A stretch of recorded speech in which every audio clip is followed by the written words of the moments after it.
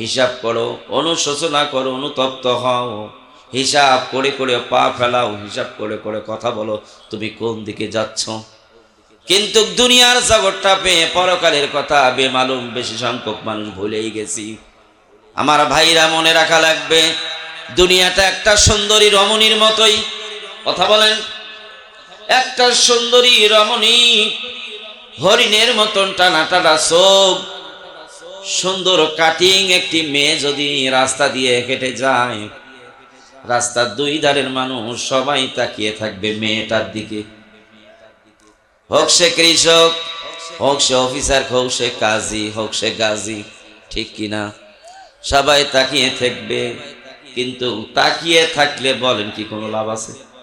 হ্যাঁ, অনেক যুবক কলেজ ছুটি হওয়ার পর এতিমের মতন রাস্তায় দাঁড়িয়ে থাকে।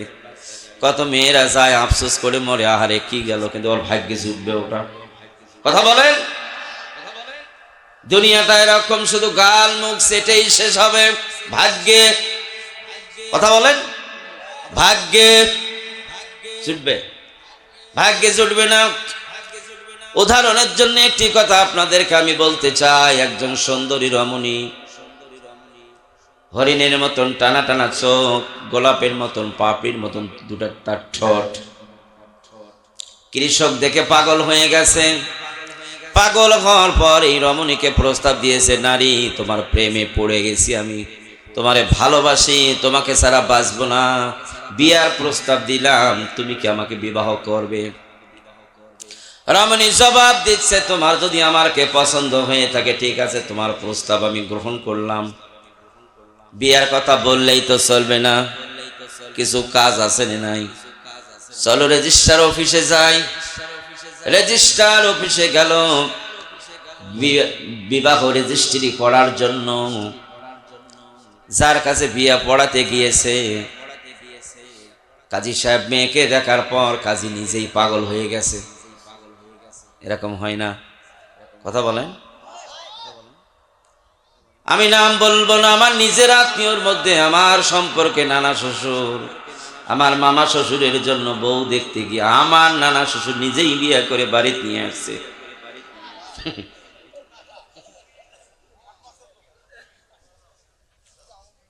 কাজী সাহেব বলল, হ্যাঁ কৃষক, তুমি এই যে এত সুন্দরী রমণী, তুমি তো তার ভরণ পোষণ দিতে পারবে না, তার কসমেটিক যা লাগবে দেওয়ার মতন ক্ষমতা নাই। আমি কাজী মানুষ, আমার ইনকাম বেশি, আমি তারে দিতে পারবো, দয়া করে তুই মেয়েকে ছেড়ে দে। কৃষক বলছে, কত কেতন করে আমি মেয়েটারে রাজি করালাম, এর পেছনে সময় দেওয়া লেগেছে, শ্রম দেওয়া লেগেছে, কত বোঝান লেগেছে, তারপর মেয়েটারে আমি রাজি করেছি। এখন কাজী সাহেব আপনি কেমন কাজী নিয়ে যে বিয়ে করতে চাচ্ছেন, হবে না। এক পর্যায়ে মারামারি করে দুটাই আহত, শেষ পর্যন্ত ব্যান্ডেজ করে বিচার চলে গেছে কোথায়? আদালতে। আদালতে বিচার যাওয়ার পর দুটাই আসামি, তিনজন মানুষ চলে গেল আদালতে। আদালতে যাওয়ার পর আদালতের বিচারক জিজ্ঞাসা করলো, তোমারও মাথা ফেটে গেছে, তোমারও তো মাথা ফেটে গেছে, কারণ কি?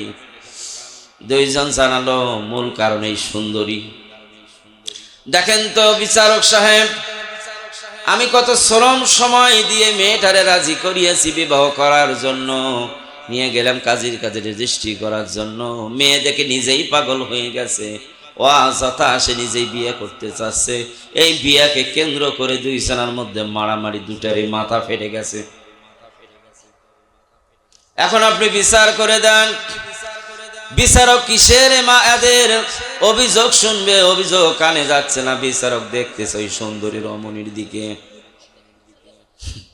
শেষ পর্যন্ত বিচারক জানাচ্ছে, তোমাদের দুটারে হক নয়, এটা বিচারকের হক। দুইজনেই চলে যাও, কারোই হবে না, এই জন্য তোমরা দুজনেই চলে যাও, বিবাহ আমি করব। এক পর্যায়ে বিচারকের সাথে তর্ক বিতর্ক শুরু হয়ে গেল। আল্লাহর গোলাম কান লাগিয়ে আলোচনাটা শোনেন।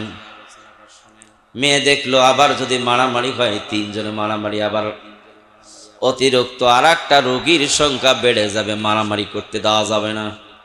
অতএব তিনজনকে এক জায়গায় ডেকে বলল, আল্লাহর গোলামরা শোনো, আমাকে বিবাহ করতে হলে কোনো মারামারির প্রয়োজন নাই। আমাকে বিবাহ করতে হলে তিনজনের মাঝখানে লড়াই করব, যে জিতবে সেই আমাকে বিবাহ বন্ধনে আবদ্ধ করবে। লড়াইটা হলো আমি সামনে দৌড়াবো, তিনজন যুবক তোমরা পেছন পেছন দৌড়াবে। তিনজনের মধ্যে যে আমাকে আগে দৌড়ে গিয়ে আমাকে স্পর্শ ধরতে পারবে তার সাথে আমার বিবাহ বন্ধনে আবদ্ধ হব। মেনে নিল তিনজন। রমণীর সামনের দিকে দৌড়ায়, পেছন পেছন তিনজন দৌড়াচ্ছে। একজন কাজী, একজন কৃষক আর একজন আদালতের বিচারক। তিনজন দৌড়াচ্ছে রমণীকে ধরার জন্য। কিছু দূর দৌড়াতে না দৌড়াতেই কৃষকের এমনিতে ক্যালসিয়ামের অভাব। কি কথা কন না কেন? ক্যালসিয়ামের অভাব। কিছু দূর দৌড়াতে হাঁপিয়ে গেল। শেষ পর্যন্ত ওস একটা আলের সাথে উষ্টাকে জমিনের মধ্যে পড়ে দুনিয়ার থেকে বিদায় হয়ে গেল। থাকলো কয়জন? আর দুইজন দৌড়ান শুরু করে দিল। কিছু দূর দৌড়ানোর পর কাজী সাহেব আর পারতেছে না, উষা জায়গায় উষ্টাকে তিনিও দুনিয়ার থেকে বিদায় হয়ে গেলেন। থাকলো কয়জন?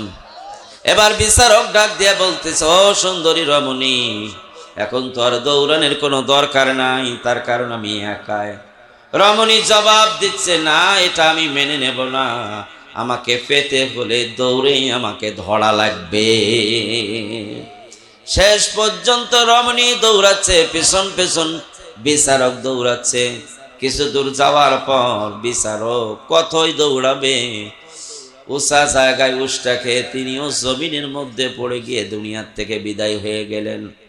আমার ভাইরা, ইতিহাসটা বলার পেছনে কারণ হলো এই দুনিয়ার সুখ শান্তি লোভ লালসার যতগুলো জায়গা আছে সবগুলো সুন্দরী রমণীর মতোই। কথা বলেন ঠিক না ব্যাঠিক? সবাই তার পেছনে দৌড়াচ্ছি। এক এক করে একজন একজন করে পৃথিবীর জমিনে উষ্টাকে দুনিয়া থেকে বিদায় হয়ে যাব, কিন্তু কোনোদিন সুখের দেখা কোনো মানুষ পাবে না। আল্লাহ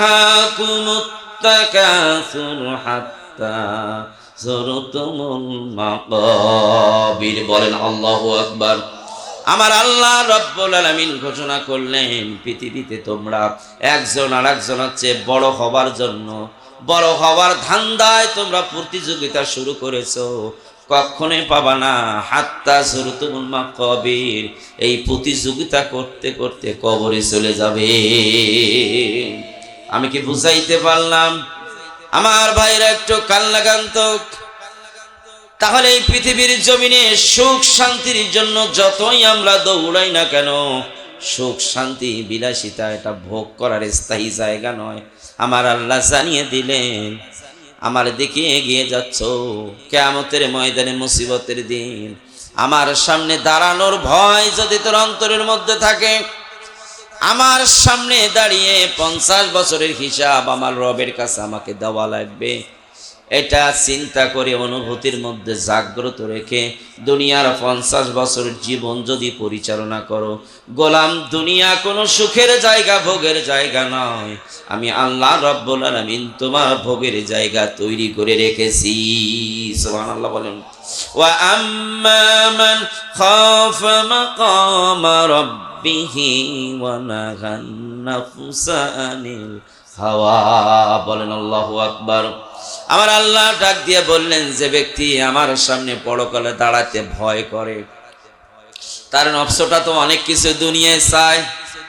আল্লাহ দায়িত্ব দিলেন, পরকালে আমার সামনে দাঁড়ানোর ভয় যদি তোমার অন্তরের মধ্যে থাকে, তাহলে হে গোলাম, তোমার নফসটা পৃথিবীর জমিনে অনেক দিকে লাগামহীন ঘোড়ার মতন দৌড়াতে চায়, কিন্তু কই লাগামহীন ঘোড়ার মতন তোর নফসকে দৌড়াতে দেওয়া।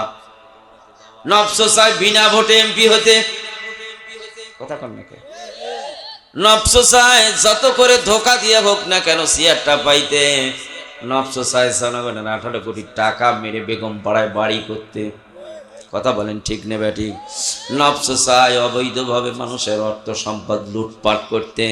নফস চায় মিথ্যা মামলা দিয়ে একজন লোককে বিদায় করে দিয়ে তার সম্পদ ভোগ করার জন্য। নফস চায় ঘুষের টাকা গ্রহণ করতে। নফস চায় সুদের ব্যবসা করতে। কথা বলেন না কেন?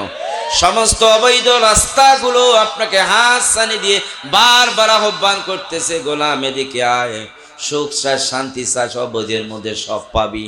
নফস বারবার আপনাকে হাতছানি দিয়ে, নফস বারবার লাগামহীন ঘোড়ার মতো অবৈধ রাস্তাগুলোর দিকে দৌড়াতে চায়। কিন্তু আমার আল্লাহ ডাক দিয়া বললেন, গোলাম তোর নফসকে অসৎ কামনা থেকে তোকে ফিরিয়ে রাখা লাগবে। যদি তুমি রাখতে পারো, কে কথা বলতেছে, যদি তুমি রাখতে পারো গোলাম, সুখের যৌনা দৌড়ান লাগবে না, তোর সুখের জায়গা আমি আল্লাহ রব্বুল আলামিন রেডি করে রেখেছি। ফাইনাল জান্নাতা হিয়াল মাওয়া, বলেন আল্লাহু আকবার। নফসটাকে অসৎ কামনা থেকে যদি ফিরিয়ে রাখতে যদি পারিস, আমি আল্লাহ রাব্বুল আলামিন তোর জন্য জান্নাতের সুখের ব্যবস্থা করে রেখেছি, বলেন সুবহানাল্লাহ। তাহলে নফসকে যদি অসৎ কামনা বাসনা থেকে যদি কোনো গোলাম যদি ফিরিয়ে রাখতে পারে, আল্লাহর গাইডলাইন অনুযায়ী যদি জীবনটা পরিচালনা করতে পারে, আমার আল্লাহ জানিয়ে দিলেন ফাইনাল জান্নাতে হিয়াল মাওয়া, গোলাম তোর জন্য আমি জান্নাত রেডি করে রেখেছি। পৃথিবীতে সুখের জন্য তুই দৌড়াবি, কিন্তু সুখ তোকে ধরা দেবে না। দুনিয়া সুন্দরী রমণীর মতন তোকে পেছন পেছন নিয়ে যাবে, এক সময় দুনিয়ার মানচিত্র থেকে বিদায় হয়ে যাবে, কিন্তু সুখ নামক পাখিটা কোনোদিন দেখা তোমাকে দেবে না। তাহলে ভয় থাকা লাগবে কার সামনে দাঁড়ানোর? আল্লাহর সামনে দাঁড়ান লাগবে। এই চিন্তা কি আছে আমাদের? বিচারের কাঠগড়ায় আল্লাহ রাব্বুল আলামিন দাঁড় করিয়ে প্রতিটি মিনিটের কথা আপনাকে আমাকে জিজ্ঞেস করবেন, এটা কি বিশ্বাস হয়? বলেন আমার ভাইরা, আমার আল্লাহ রাব্বুল আলামিন ডাক দিয়ে বলছেন, গোলাম শোনো, এই পৃথিবীর জমিনে জীবন শেষ হওয়ার পরকালীন জীবনে তোমাকে আবার আমি জীবিত করব। বিশ্বনবী পরকালের জবাবদিহিতার কথাগুলো যখন মক্কার লোকদেরকে বলতেছিলেন, মক্কার নেতারা হাসাহাসি করতেছিল, মক্কার লোকেরা হাসাহাসি করতেছিল। মোহাম্মদ বলে কি, এই দুনিয়ার পর বলে আর একটা দুনিয়া আছে, সেই দুনিয়ায় বলে আমাদেরকে জীবিত করে বলে আবার বলে আমাদের হিসাব নেবে। মোহাম্মদ হাস্যকার কথা তুমি বললে, হাস্যকার বক্তৃতা তুমি দিলে, তুমি যে পরকালে জবাবদিহিতার কথা তুমি বারবার আমাদেরকে শোনাচ্ছ। আমাদের বাপ দাদা 14 গোষ্ঠীর দুনিয়ার চোখের সামনে অনেক মানুষ বিদায় হয়ে গেছে, একজন মানুষ তো জীবিত হয়ে কোনোদিন ফিরে আসে নাই। কেমন কথা তুমি বললে? এমন প্রশ্ন যখন বিশ্ব নবীকে করতেছিল, আল্লাহ রাব্বুল আলামিন জানিয়ে দিলেন, নবী হে, মৃত্যুর উপর জীবিত করা যদি এদের কাছে অসম্ভব মনে হয়, ওদেরকে আপনি প্রশ্ন করুন, ওদেরকে সৃষ্টি করার পূর্বে ওরা কি ছিল? কাইফা তাকফুরুনা বিল্লাহি ওয়া কুনতুম আমওয়াতান ফাআহইয়াকুম সুম্মা ইউমীতুকুম সুম্মা ইউহয়ীকুম সুম্মা ইলাইহি তুরজাউন, বলেন আল্লাহু আকবার। আমার আল্লাহ ডাক দিয়া বললেন, হে দুনিয়ার মানুষ, আমাকে কিভাবে অস্বীকার করো? তোমাদের কোনোই অস্তিত্ব ছিল না, তোমরা ছিলে নিষ্প্রাণ। আমি অস্তিত্বহীন থেকে আমি আল্লাহ রাব্বুল আলামিন যদি তোমাদের অস্তিত্ব আমি দিতে পারি, তাহলে পুনরায় মৃত্যুর পর আর একবার আমি কি তোদেরকে জীবিত করতে পারবো না? বলেন, কাফেরদেরকে ধিক্কার দিচ্ছেন এই কথাগুলো বলে। তোমরা কি চিন্তা করো, অস্তিত্বহীন থেকে আমি আল্লাহ যদি তোমাদের অস্তিত্ব দিতে পারি, তাহলে তোমরা মৃত্যুবরণ করবে, আবার তোমাদের পূর্ণ উদ্ধার করতে পারবো না। এটা কেমন যুক্তি তোমরা দিচ্ছ? তোমরা ছিলে নিষ্প্রাণ, আমি তোমাদেরকে প্রাণ দিয়েছি, আবার তোমাদের মওত আমি ঘটাবো। কার কথা? আবার মৃত্যু তোমাদের হবে, মৃত্যুর মধ্য দিয়ে তুমি শেষ হয়ে যাবে না, আবার তোমাকে আমি পুনরায় আবার তোমাদেরকে আমি জীবিত করব। জীবিত করে খেলা শেষ নয়, আমি আল্লাহ রাব্বুল আলামিন প্রতিটি মানুষকে আমার সামনে এক এক করে আবার ডাকবো। 50 বছর তোমাকে হায়াত আমি দিয়েছিলাম, এই 50 বছর হায়াত প্রতিটি সেকেন্ড প্রতিটি সময় কোন কাজে লাগিয়েছো আমার কাছে জবাব দেওয়া লাগবে। ইয়াউমা ইযি ইয়াসদুরুন নাসু মাশতাতা লিইউরাউ আমালাহুম। বলেন আল্লাহু আকবার। আমার আল্লাহ ডাক দিয়া বললেন, নবী আপনি জানিয়ে দেন, কিয়ামত যখন সংগঠিত হবে প্রতিটি মানুষকে আমি একজন একজন করে ব্যক্তি আমি ডাকবো, আমার সামনে দাঁড়ান লাগবে। প্রতিটি মানুষকে আমি এক এক করে আমার সামনে আমি ডেকে নেব। পৃথিবীর জমিনে কে কি আমল করেছে, সময়, ঘন্টা, অর্থ কোন রাস্তায় ইনকাম করেছে, কোন রাস্তায় ব্যয় করেছে, এগুলোর আমি হিসাব নেব। فمن يعمل مثقال ذرة خيرا يره ومن يعمل مثقال ذرة شرا يره। যে বিন্দু পরিমাণ একেবারে খালি চোখে দেখা যায় না, মাইক্রোস্কোপ যন্ত্র দিয়ে দেখা লাগে, এমন ভালো কাজ যদি দুনিয়ার জমিনে কোনো মানুষ করে, আমি আল্লাহ রাব্বুল আলামিন কিয়ামতের ময়দানে ভিডিও করে এটা দেখাবো। সুবহানাল্লাহ। বলেন কিভাবে দেখাবেন? বলেন ভিডিও আকারে দেখাবো, স্ক্রিনে ছেড়ে দেব। গোটা হাসরবাসী তোমার এই ভালো কাজের নমুনাটা গোটা হাসরের মানুষকে আমি দেখিয়ে দেব। তারপর যদি বিন্দু পরিমাণ অন্যায় তুমি করে থাকো, সেটাও কিন্তু আমি মানুষের সামনে তুলে ধরবো। কার কথা? কোনো সন্দেহ আছে নাকি? এইভাবে আমি আল্লাহ রাব্বুল আলামিন কিয়ামতের ময়দানে বিচার করব। বিচার শুধু দেখিয়ে শেষ করব না, তোমাদের অন্তরের মধ্যে যদি কোনো জল্পনা কল্পনা থাকে, সেটাও আমি আল্লাহ রাব্বুল আলামিন বাহিরে বের করে আমি সেটার বিচার করব। ইয়াউমা তুবলাস সারাইর ফামা লাহু মিন কুওয়াতিন ওয়ালা নাসির। বলেন আল্লাহু আকবার। সেই কিয়ামত যখন সংঘটিত হবে, প্রতিটি মানুষের অন্তরের মধ্যে কি জল্পনা, কি কল্পনা, কি সাধনা আছে, আমি প্রতিটা জল্পনা কল্পনা আমি স্ক্রিনশট দিয়ে আমি বাইরে বের করে সবাইকে দেখাবো। সুবহানাল্লাহ বলবেন না? মনিটরের মধ্যে ছেড়ে দেবো আমি কিয়ামতের ময়দানে তোমাদের জল্পনা কল্পনাগুলো। পৃথিবীর জমিনে অনেক অন্যায় সংগঠিত হয়ে গেছে, কিন্তু ভালো মানুষ হিসেবে আমি পরিচয় লাভ করেছি, কিন্তু অন্যায়কারীর মূল হোতা হচ্ছে আমি, দুনিয়ার কোনো মানুষ জানে না। এরকম আছে না নাই? কথা বলেন। একটা নিরপরাধ মানুষকে মামলার মধ্যে ফেলিয়ে দিয়ে মাসের পর মাস, বছরের পর বছর কোর্টের বারান্দায় যাওয়া এসে আমি করিয়েছি, কিন্তু এই পরামর্শ আমার দুনিয়ার কেউ জানে না। বলেন তো জানে কে? আল্লাহ বলছেন এই মাস্টার প্ল্যান যে করেছে, আমি কিয়ামতের ময়দানে অন্তরের সমস্ত গোপন তত্ত্ব বাইর করে আমি বিচার করব। এই পৃথিবীর জমিনে ঘুষের টাকা কয় হাতে লেনদেন হয়ে গেল, মূল ঘুষ নির্দেশ, ঘুষের নির্দেশদাতাকে কেউ জানে না। ঠিক নেবে ঠিক? অনেক হাজি সাহেব চাকরি দিতে গিয়ে বলে, ভাই এগুলো তো আমি ঘুষ টুস খাবো না, পিউন টিউন গুলো সামলি নাও, আমি স্বাক্ষর, আমার স্বাক্ষর এমনি দেবো। এরকম বদের হাড্ডি কিছু আছে নাই? পরবর্তী দেখবেন 10 লক্ষ টাকা দিয়ে চাকরি নিয়েছে, পিয়ন বারান্দা আছে, চৌকিদার যারা আছে 50,000 1 লাখ পেয়েছে, আর মূল 9 লক্ষ হাজি সাহেব পেয়েছে। এরকম বদের হাড্ডি আছে নাই? আল্লাহ বলছেন যত মাস্টার প্ল্যান করেছো, কিয়ামতের ময়দানে জনসম্মুখে অপরাধীগুলোকে আমি দাঁড় করাবো। দুনিয়ার জমিনে লোকগুলো যতগুলোকে পরে কাজগারি হিসেবে পরিচয় লাভ করেছিল, কথা বলেন ঠিক নেবে ঠিক? 18 কোটি মানুষের আমানত যাদের হাতে দেওয়া হয়েছিল, জনগণ খালি শোনে যে ইউনিয়ন পরিষদে গম এসেছে, পরের দিন ইউনিয়ন পরিষদে গিয়ে দেখে গম তো দূরের কথা, গমের খালি বস্তাও নাই। কথা বলেন না কেন?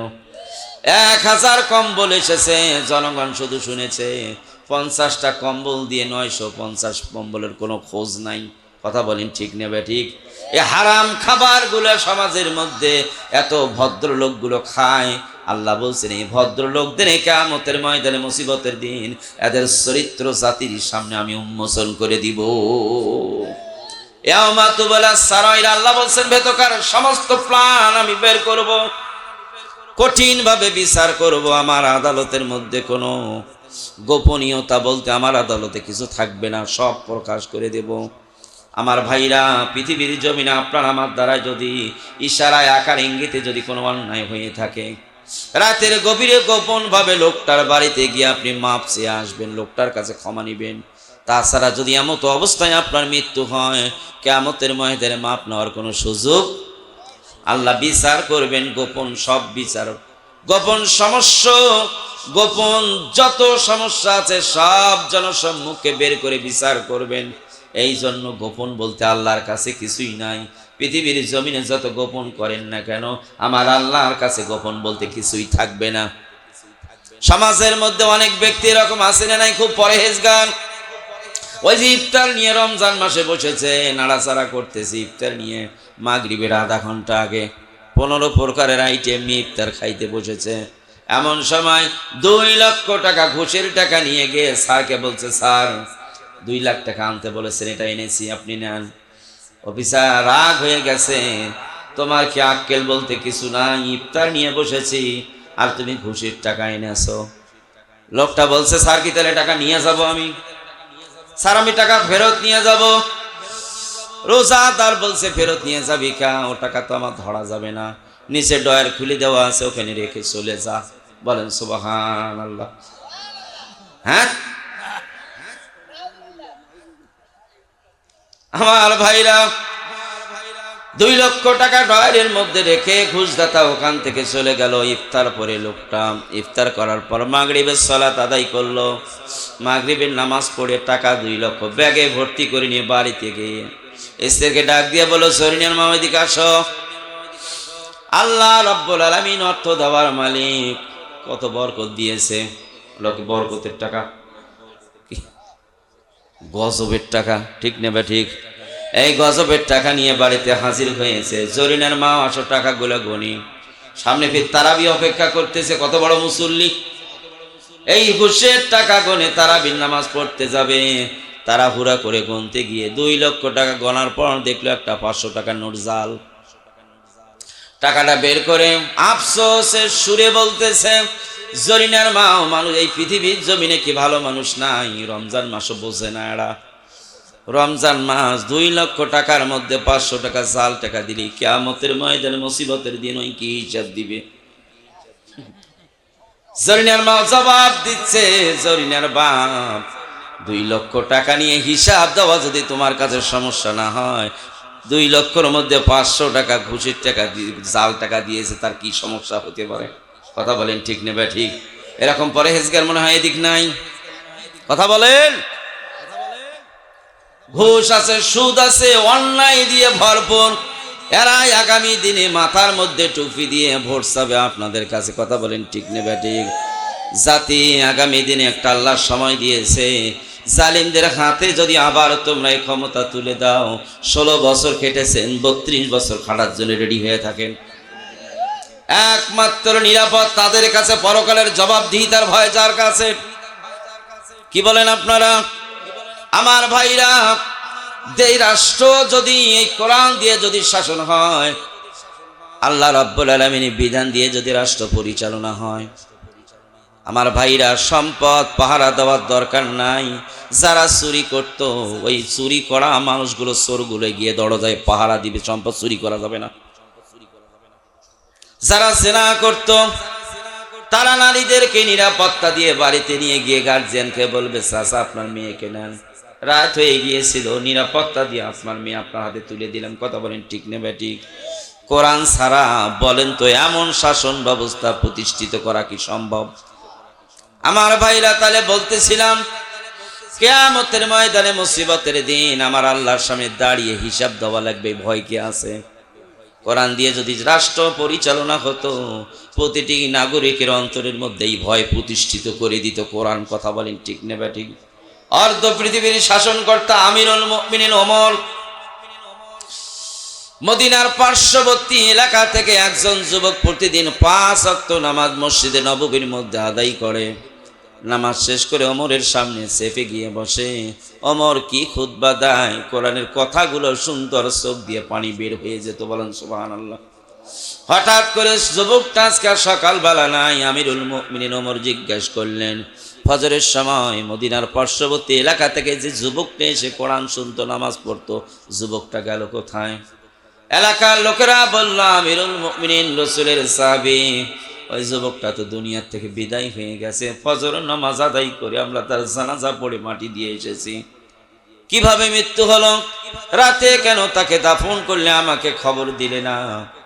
লোকেরা জবাব দিল, আমিরুল মুমিনিন, তার মৃত্যুটা একটা অকাঙ্ক্ষিত অনাকাঙ্ক্ষিত একটি মৃত্যু হয়েছে। কিরকম আমাকে একটু বিস্তারিত বলো দেখি। লোকেরা বলতেছেন, আমিরুল মুমিনিন বিস্তারিত আমরা বলতে পারবো না, ওই ছেলের বাবার কাছে আপনি যান। আমিরুল মুমিনিন তার বাবার কাছে গিয়ে বলল, ঘটনাটা কি, আপনার ছেলে নাকি হঠাৎ মারা গেছে, রাতের মধ্যেই দাফন করে দিলে, আমাকে একটু খবরও দিলে না। এইবার ছেলের বাবা জবাব দিচ্ছে, আমিরুল মুমিনিন, এশার নামাজ আদায় করে ছেলেটা যখন আমার বাড়িতে আসতেছিল, ওই ছেলেটা বাড়িতে আসতে ধরে যেই রাস্তা দিয়ে যেই পথ দিয়ে বাড়িতে আসবে, ওই পথের মধ্যে একটি মেয়ে প্রতিদিন তার জন্য তাকিয়ে থাকতো, প্রেম নিবেদন করত। কিন্তু আমার ছেলে বারবার প্রত্যাখ্যান করেই যাচ্ছে, প্রেম নিবেদন গ্রহণ করে নাই। শেষ পর্যন্ত আজকের রাতের ঘটনা, ঈশার নামাজ আদায় করে যখন আমার ছেলে যুবক বাড়িতে আসবে, এমন সময় মেয়েটি আবার যখন তাকে প্রেম নিবেদন করলো, আমার ছেলে গ্রহণ করলো না। আমার ছেলেকে জোরপূর্বক গহীন জঙ্গলের ভিতর নিয়ে যাওয়ার জন্য চেষ্টা চালাচ্ছিল। পাহাড়ের পাদদেশে ছিল মেয়েটির ঘর, ঘরের ভিতর নিয়ে যাওয়ার চেষ্টা করতেছিল। আমার ছেলেকে যখন ঘরের মধ্যে নিয়ে যাওয়ার চেষ্টা করতেছিল, দরজার মধ্যে আমার ছেলে বেহুশ হয়ে পড়ে গেছে। আমার ছেলে মৃত্যুর আগে আমাকে বলে গেছে, আব্বা জান, আমাকে যখন হাত ধরে যখন মেয়েটি যখন ঘরের মধ্যে টানতেছিল, হঠাৎ করে মনে পড়ে গেল আল্লাহ রাব্বুল আলামিনের কোরআনুল কারীমের কথাটা, ওয়া আম্মা মান খাফা মাকামা রাব্বিহি ওয়া নাহান নাফসা আনিল হাওয়া। আব্বা, কোরআনের আয়াত আমাকে তাড়া করেছে। আমার আল্লাহ ঘোষণা করে দিয়েছেন, যে ব্যক্তি কিয়ামতের ময়দানে মুসিবতের দিন আমি আল্লাহ রাব্বুল আলামিনের সামনে দাঁড়িয়ে হিসাব দিতে ভয় করে, জবাবদিহি তার ভয় যার অন্তরের মধ্যে আছে, আল্লাহ নির্দেশ দিয়েছে নফসটাকে সেই ব্যক্তি যেন অসৎ কামনা থেকে ফিরিয়ে রাখে। যদি এটা আমি ফিরিয়ে রাখতে পারি, এটা ইমানদারের জন্য একটা পরীক্ষা। আব্বাজান, আমি এই পরীক্ষা ফেল করতে চাই না। আমি বারবার আল্লাহকে বলেছি, রব্বুল আলামিন এই পরীক্ষা পাস করার তুমি আমাকে তৌফিক দান করো। আমি তো একজন যুবক অবিবাহিত, আমারও তো মনটা চায় যে মেয়ে যখন নিজেই ডাকতেছে, নফস তো আমাকে ধোকা দিয়েছিল, কিন্তু না, পরকালের ময়দানে মুসিবতের দিন যদিও পৃথিবীর কোনো দেখবে না আমরা দুইজন ছাড়া, কিন্তু এই দৃশ্য আল্লাহ রাব্বুল আলামিনের কাছে রেকর্ড থাকবে, ভিডিও থাকবে। কিয়ামতের ময়দানে মুসিবতের দিন জনসম্মুখে যখন এই চিত্রটা আল্লাহ প্রকাশ করে দিবে, প্রকাশ করে দিলে আমি মুখ জনগণের সামনে কেমনে দেখাবো, এই চিন্তায় আমি বেহুশ হয়ে গিয়েছিলাম। এই জন্য অন্যায় করতে পারি নাই।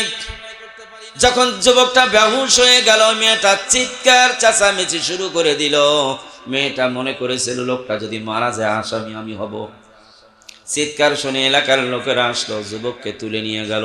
বাড়িতে নিয়ে যাওয়ার পর গভীর রজনীতে ছেলেটা আবার তার স্মৃতি ফিরে পাওয়ার পর বাবাকে বলতেছে এই মূল ঘটনাগুলো। বাবাকে বারবার বলতেছে, বাবা জান, কিয়ামতের ময়দানে মুসিবতের দিন আমি কিভাবে আল্লাহকে মুখ দেখাবো, এই ভয়ে আমি বেহুশ হয়ে গেছি। এই কথা বলতে না বলতে আবার যুবক বেহুশ হয়ে গেল। পরে হাতের মধ্যে হাত দিয়ে দেখে আমার ছেলে দুনিয়ায় নেই, বিদায় হয়ে গেছে। এইভাবে আমার ছেলের বিদায় হয়ে গেল। দেরি না করে ছেলেকে তাড়াতাড়ি দাফন করে দিলাম। আমিরুল মুমিনিন কথাগুলো শুনে চোখ দিয়ে পানি দর দর করে পড়তেছে, আর আল্লাহকে বলতেছে, রব্বুল আলামিন, শাসক যদি মুসলমান হয় আর ওই রাষ্ট্রের সংবিধান যদি কোরআন হয়, মানুষ অন্যায় করা দূরের কথা, কোরআন তাদেরকে অন্যায় থেকে ফিরিয়ে রাখে। আমরা ধর্মের প্রতি বেশি সংখ্যক মানুষের অনীহা সৃষ্টি হয়েছে, কথা বলেন ঠিক না বেঠিক? ধর্মের প্রতি অনীহা জাতির একটা সৃষ্টি হয়ে গেছে। 16টা বছর 15টা বছর মানুষকে ধর্মহীন বানানোর চেষ্টা করা হয়েছিল। তাফসীর মাহফিলগুলা প্রায়গুলা বন্ধ করে দেওয়া হয়েছিল, কথা বলেন ঠিক না বেঠিক?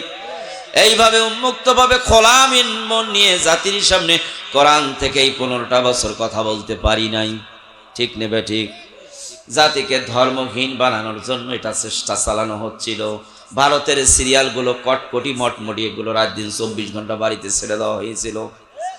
পিস টিভি ইসলামী একটি চ্যানেল যেটা দেখে মানুষ শিক্ষা নিত, এটাও বন্ধ করে দেওয়া হলো। দাদার চ্যানেলগুলো সব চালু করে দেওয়া হলো। কথা বলেন ঠিক নেবে ঠিক? আমার বাইরে এই যে 15 বছর বলেন একেবারেই স্বৈরাচারী একটি শাসন, তাদের প্রচেষ্টা ছিল মানুষকে ধর্মহীন বানার। কথা বলেন ঠিক নেবে ঠিক? ধর্মহীন করার প্রচেষ্টা চালিয়েছিল। আজকের তাফসীর মাহফিলগুলোতে বলেন দেখেন লোক কম নে বেশি,